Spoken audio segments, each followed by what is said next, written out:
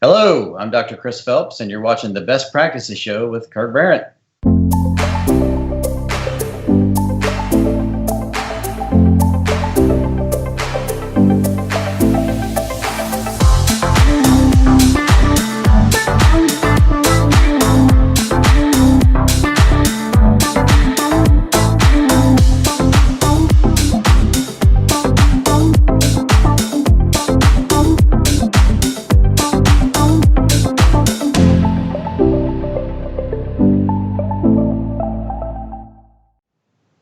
Hey guys, thanks for watching the Best Practices Show, where we take a look at the best business practices from the best dental practices all over. And if you're a dentist growing a practice, one of the things that you're struggling with is this whole wants and needs conversation. And I've got an incredible expert on today, Dr. Chris Phelps, and we're going to be talking about how you can turn these needs into wants. You do not want to miss this, so grab a pen and hit the share button. Now, a couple show notes. We are shooting this live on Facebook. So as you're watching it, if you have questions, add them to the feed, and I'll ask Dr. Phelps directly, and we'll get the answer from him while he's on. Or you can continue to add questions after the live feed, and we'll see. We'll try to give you the best answer, and Chris will get back to you, because we want you to get the most out of this while you're watching. Feel free to share this with your friends.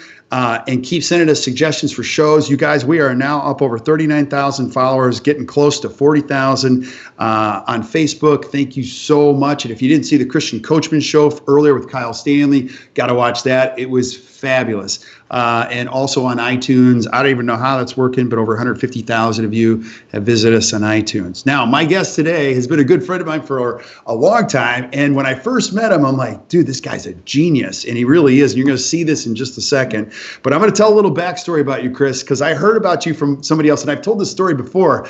But like Brian Smith from, he's like, oh, dude, that was the guy who gave me the notes in dental school. So you're like a serial entrepreneur. You were already creating your own business in dental school. Then you built all these practices. And then, so, you can kind of tell your story a little bit. You and I are both students in Strategic Coach. You took me out to dinner that one time, and it's so great. And I love the way you think. And I know who you are. A lot of people in the dental community know who you are. But if somebody's watching this for the first time, they don't know who Dr. Christopher Phelps is. Give us your story. Who are you? Yeah, truthfully, I thought since the 7th grade I was just going to be a dentist, but come to find out I'm an entrepreneur who happens to be a pretty good dentist at my core. And, when I graduated dental school 15 years ago, I started in a little old practice that was doing about $600,000 a year in revenue, and was fortunate enough to be able to grow that to $6.5 million in revenue over the next 7 years. So 10 timesing the revenue, increasing our locations from 1 to 4. Then did something a little nutty. Sometimes I like to jump and then look to see if there's a place to land. Anyone familiar with that? Oh, yeah. Yeah. And I sold my 2 best offices and took over my 2 worst ones, the 2 underperforming, and really focused my mindset from growing for growth's sake and changing the mindset to maximizing the capacity of what I had.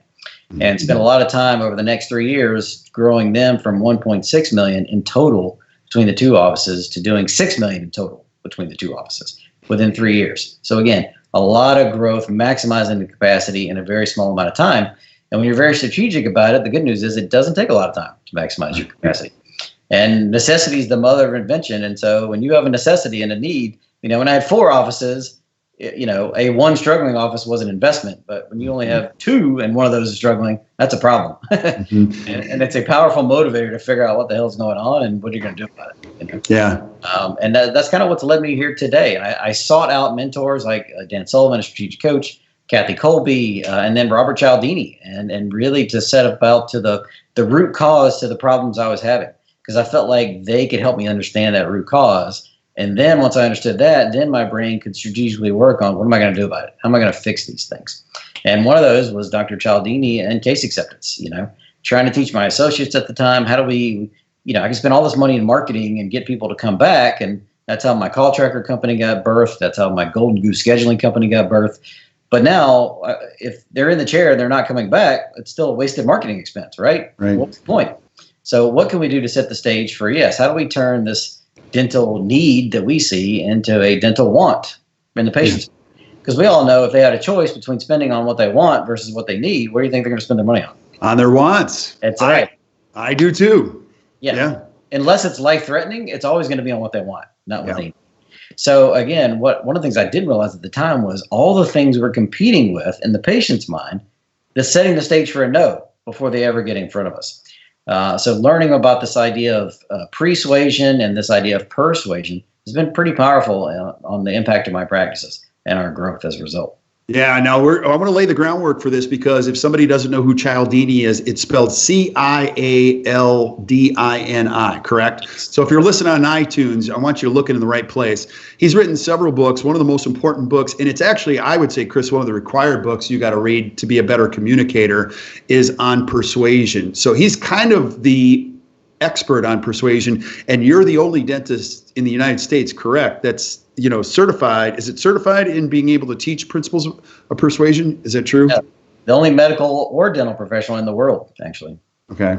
Yeah. So, and these principles do work, and you're going to see, you might think, oh, principles, your kids use them on you every day. My kids, I can see every principle, and whether they're doing it intentionally or not, we can go through them. Now, we're not going to get into the actual principles of persuasion. I'm just going to encourage our listeners to check that out, but it's going to lead into the natural conversation between persuasion and persuasion that's going to create this need to a want. But Chris, tell us why this conversation is so important. You sprinkled on it, but why is it important to understand how to positively influence or persuade patients? Well, I think many of my colleagues think that to set the stage for a yes for case acceptance, or more people to say yes to our treatment recommendations, that we need to provide them more information. That it's a lack of education is why they're not saying yes. Right. And the truth of the matter is that's not what people are using to make the majority of their decisions. It's not rational thought. Many times it's not even emotion the majority of the time. It's these other things, these 6 principles of influence that are really shaping their decision in that moment. And more so than that, it's the mindsets they're coming in with in that moment as well that we're competing with. And when you think about mindset, you may have a different mindset when you're at work, and it may be driven, it may be success to produce, whatever that is. But on your way home from work, your mindset shifts, doesn't it? It's not the same work mindset. It may be relaxation, relief because the day is done, or it may be frustration because you're tired of that person pumping their brakes in front of you and you're trying not to kill them, right? Mm-hmm. Versus when you go home and with your family, your mindset changes there versus if you're out with your spouse or friends, right? So where we are as far as our mindset is all about where we are emotionally, physically, cognitively in that moment. And it's this mindset is a big reason as to what's influencing the decisions we're making in that moment. So again, getting our patients in line with their mindset can change the scope of what it's going to mean for us and getting a yes. Yeah, now I want you to get into the how, and we're going to go through this step by step. But our good friend Lori Owens, who's saying hi, asked this question. She just typed this in. Do you think it's because we are being too clinical instead of plain English they can understand? Yeah, I definitely think it's too clinical. One study alone says that people only remember 10% of what you tell them, but they remember 100% of how they felt after you told them, right? And so when we spend all this time clinical and trying to educate them, we think they actually understand what we're saying, but the truth is they don't, not the majority of the time anyway, and they're certainly not going to remember it after they leave. So we really, if we're smart, we're better suited to still give them the tools, still give them some things to help them differentiate your options, but not overload them with information as a result. Yeah. So walk us through this. If I'm a dentist watching this, Chris, where do I start and what do I need to understand between a want, need, and persuasion and persuasion? Yeah, definitely. So, persuasion is all about the influence factors in that moment when we're talking to that person directly, right? So it's in the moment with them. What are these things? Reciprocity, liking, do they like and trust you? Authority, what's the evidence of what others are doing? Consensus, do I see evidence that this isn't your first rodeo, that you've done a few of these things you're talking about? Do I see a lot of reviews that show me that people come here and like you, kind of thing? Consistency, what kind of commitments can we get out of people to move forward with their treatment? And the scarcity, of course, focusing on what do they stand to lose by not moving forward with our treatment? What's it going to cost them by waiting? And that's all persuasion stuff, things we're using in that moment. Persuasion, if you back it up, is things that we can do to put in front of that patient before they ever get in front of us that changes their mindset, actually creates the mindset we want to create that sets the stage for yes. So they already want to say yes to your treatment recommendations before they ever get in front of you. So here's a quick example that should shed a little light about it. I started thinking about it and looking at the majority of the patients in my practice thinking, who's my ideal patient? right? Who says yes? What's their mindset? Why do they say yes? And what I came up with is that, 80% of my best patients that fill my chairs day to day have a proactive mindset, right? And I love that word proactive because what's the opposite of it? If you're not proactive, what are you? You're reactive. Reactive, absolutely. And so when you ask people kind of these single pointed questions, when it comes to your oral health, do you prefer to be proactive or do you prefer to be reactive? And we give them a choice to commit to one of those. There's a ton of power there, right? So the person who says, I have a proactive mindset, regardless of what I did in the past, I prefer to be that moving forward. Now I can have a conversation. I've opened the door for them to be more receptive because I'm going to tie their treatment recommendations, whatever that is, to the consequences of what's going to happen if they don't move forward with treatment, right? So if you're proactive, meaning you want to avoid more time in the chair, more pain, more expense, is that correct? Well, that's right, doctor. Great. Well, you see why I'm concerned with your tooth today. And if we don't do something, here's what's going to happen.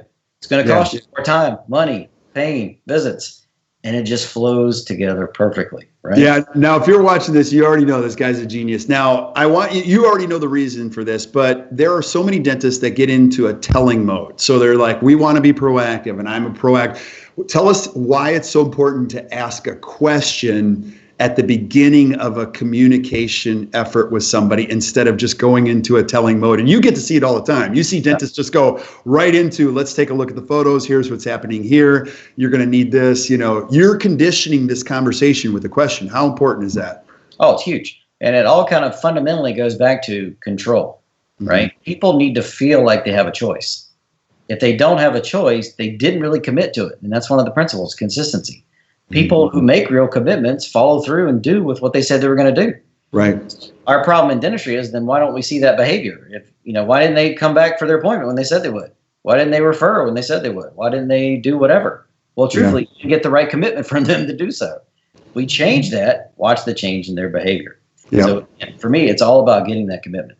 Yeah, absolutely. And Lori just chimed in again. She says, I love it. And the money is not an issue when you already have shown them why it is necessary and what could happen when not moving forward. She just researched that California has a 48.6% of an emergency room visits are dental related. So it's very much, reactive in that nature. It's pretty amazing. So. Yep. And what's exciting is it doesn't matter how they were in the past, right? We know their behavior is reactive on the whole, but we can change that mindset and recreate that in the moment to be more proactive. And that alone is going to set the stage for more people to say yes. And then if we ask that question in our new patient questionnaire before they ever get to us, that's how we make it a persuasive tool. So we're already shaping and creating that mindset before they get in front of us. Right. Then we verbally ask that question again at the chair and they answer these questions. Do you prefer to be proactive? Right. And they say yes. Now they're persuasively making that commitment. So it's like the most powerful 1-2 punch in case acceptance that there is. And it goes back to, like I said, you ever heard of this, the remote control syndrome? No, tell us. When it comes to men, in any male household with a spouse or significant other, who controls the remote control for the TV? Usually it's the man, but not in my house. Right? Yeah. For the majority of the time, it's usually the male, right? Yeah. And what happens when someone takes the remote from us? Like within 5 seconds, we start shaking, right? It's like, I got to have it back. Give me the remote back. Okay. And the reason is, from a male standpoint, is that ultimately we have to feel like we can control something.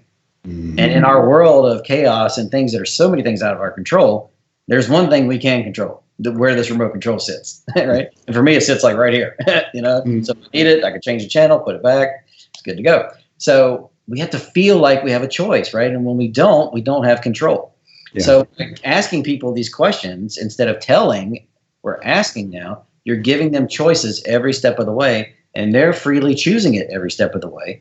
And every time they make a choice, they made more and more and more of a commitment to move your direction.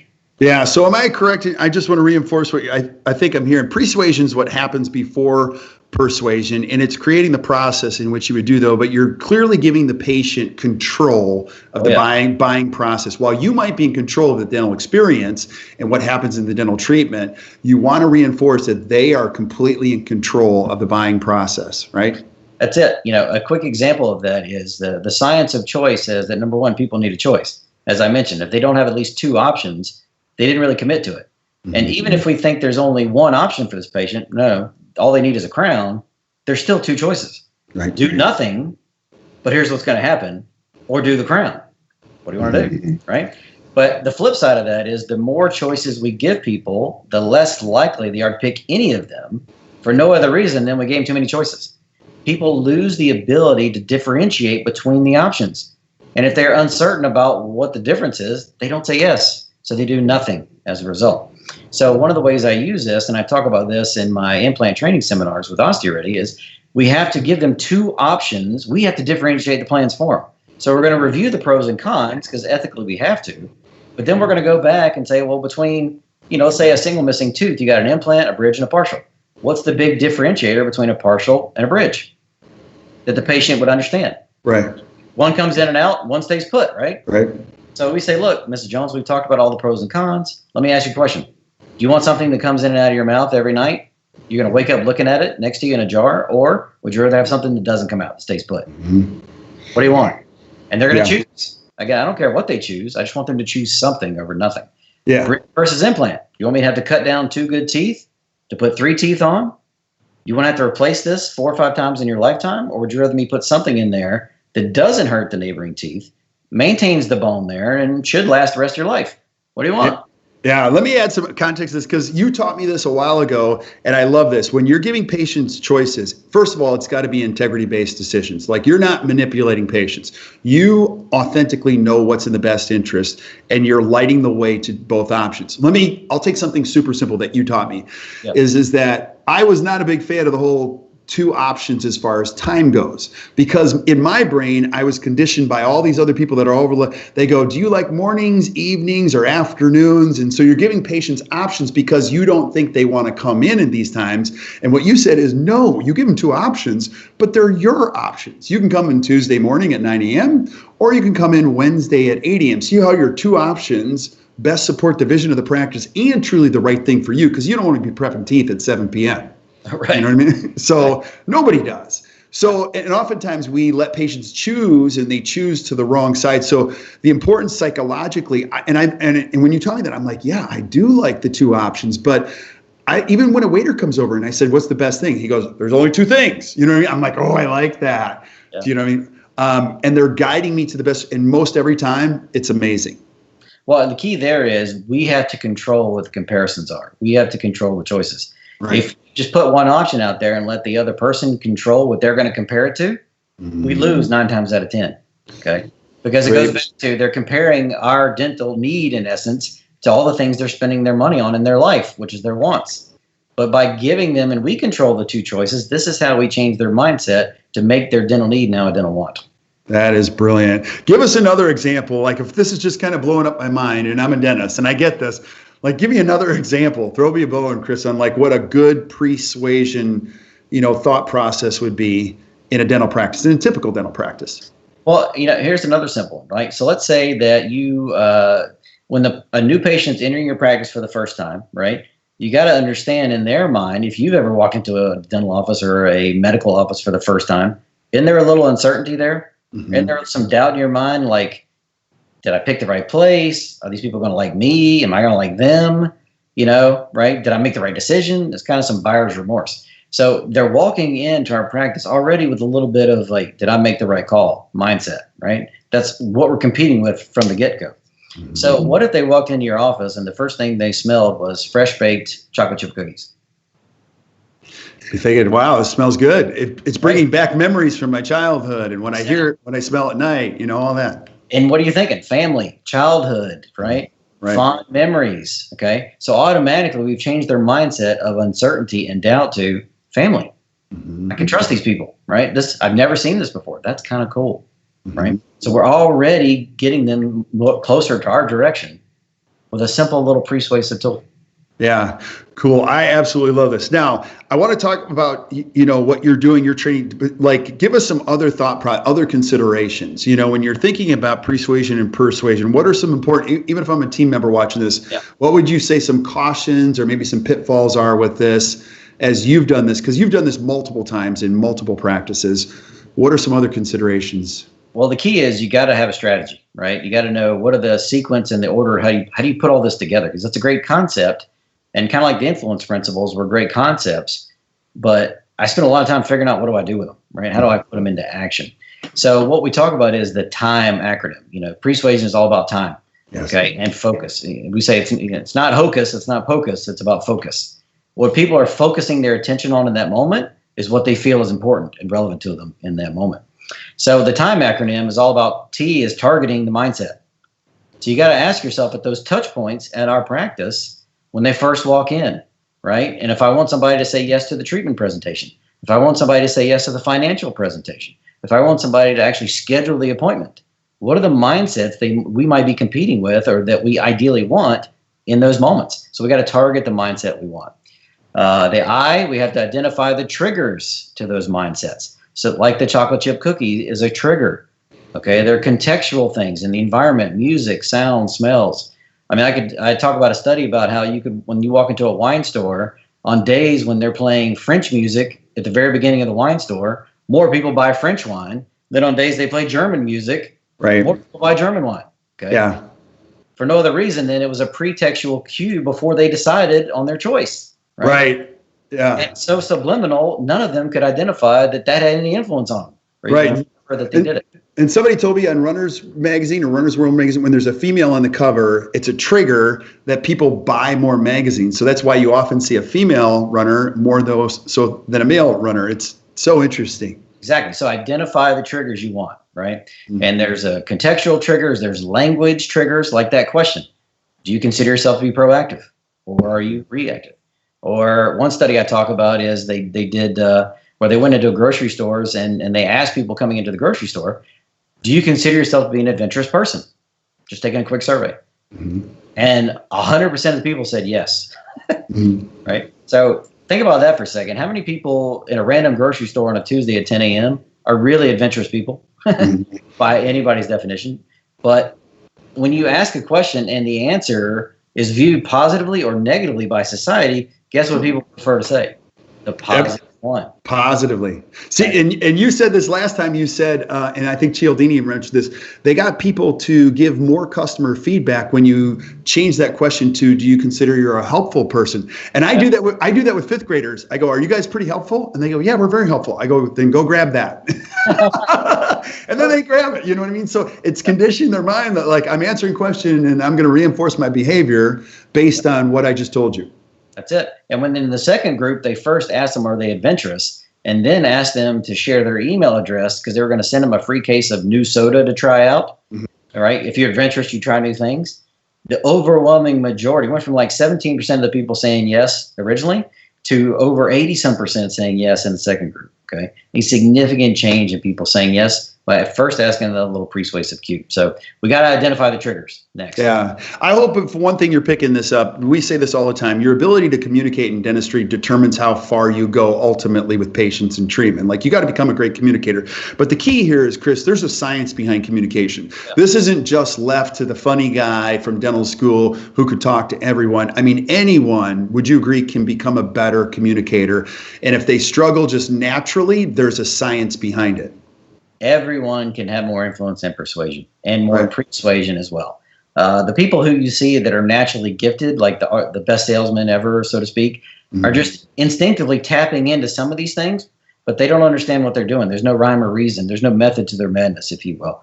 But if you can follow this from a scientific standpoint, and that's why I spent a lot of time mapping these strategies out, literally for people to follow, step 1, step 2, step 3, all of you can learn to have more influence and persuasion and turn the tide on case acceptance in your practice. Yes. And if you're listening to this, you got to check out Chris's stuff. We've had him speak many times, and every time you come, I'm like, oh, that's brilliant. So you have your website. It's called guidethemtoyes.com. I want you to talk about that. And then you also teach dentists how to do this in a workshop. Can you walk us through that? Yeah. First, I'll finish the time thing, though, because I know somebody's like, oh, I'm sorry. I jumped way ahead. I was like, okay. Yeah. Wait, let's go to the M. And then the M is, now we've identified we targeted the mindset, we've identified the triggers we want to use. Where do we move them? Where do we move the triggers? Okay. Where do we position them in the patient's experience? And the idea is we need to position it before they get to us, right? But there's some key areas we need to move it strategically. And then the E is extend. How do we extend the mindset? Let's say today is not the right day to ask them something, or the decision maker really isn't there and it's going to be another visit, or they're going to have to we're going to have to interact with someone else before we need to talk to them. So how can we extend that mindset further? And a quick example here is, on my hygiene recall cards, not only in the persuasive way, I get a commitment out of my patients because I make them fill out their own hygiene card. So they put their own address, their own name, all that kind of information. Because when you write stuff down, you make more of a commitment to do it and follow through. But I asked them a simple question on that card as well that says, hey, will you please call us if you need to reschedule or cancel? And I make them write yes or no on the card. And I did that as another commitment style question without realizing when they get that card in 6 months, it reminds them of the commitment they made. That's how you can extend the mindset. Because I made a promise to you. That's right. And I see it right here. I said, yes, crap. Well, I guess I better call them if I can't make it, or I better go. I'll rearrange something else because I said I'd be there. Okay. So there's ways we can even extend the mindset to a longer period of time so it still has influence. I love it, buddy. All right. So that is fantastic. And again, I'm always so grateful when you share with us your wisdom and what you're learning. Now, talk about Guide Them to Yes and tell us about your workshops. Yeah. So my workshops, I do the 2-day Principles of Persuasion for Dentistry workshop. Those are all the systems I've created to case acceptance, whether it's a single procedure or you have to do multiple examples, like an implant, bridge, partial, the whole mouth, half the mouth, a quadrant, single tooth. How do we set the stage for more people to say yes to something, right? How to decrease no-shows, get more people to pay today, increase your marketing, make it more effective so people respond more to it. It's an endless list. It literally is. That's why it takes me 2 days to go through it all. And then I'm just launching a new workshop called Moment Makers, all about this persuasion concept with the TIME acronym. And we're going to go to it in more detail and try to retrofit, let's reverse the process. So let's go back to all those things, those touch points we talked about, from the first time they enter to when do we need a yes to the case acceptance, one of the plans, when do we need a yes to the money, and when do we need a yes to scheduling the appointment. Let's create the mindset, let's target the triggers, and let's back it up, and let's create a sequence, and let's follow it. And watch how powerful these simple little things can be. Yeah, the compound effect on them is tremendous because as a dentist, you got to find a way to scale. Even if you're small, your process is where it gives you predictability towards the end. And this is a great way to do it because they're so well designed. So, Chris, everybody can find information on those workshops on guidethemtoyes.com. That's right. I've got a new Moment Makers website coming, but in the meantime, everything's on Guide Them to Yes. Yeah, you guys, you have to check it out. Check this guy out. And every time he's speaking, go see it. I mean, you're going to learn something, and it's always good stuff. Chris, I'm always so grateful every time you're on here. Stick around while we say goodbye to everybody else. And thank you guys for watching the Best Practices Show. If you enjoyed this, which I know you did, if you watched it, you absolutely enjoyed this. Just do us a favor, hit this share button, and then share it with your friends. Continue to add comments and questions to the feed. Even things that you'd like to see from Chris, send them to us. I'll get Chris back on. We're going to do that anyway because he's got a whole bunch of other thought processes. I want to talk to you about the call tracking and some of those triggers that happen on the phone, because you listen to that stuff all the time. And keep sending us suggestions. We're going to do our best to line all this up. And so until we see you next time, keep watching the Best Practices Show. You guys enjoy the rest of your day.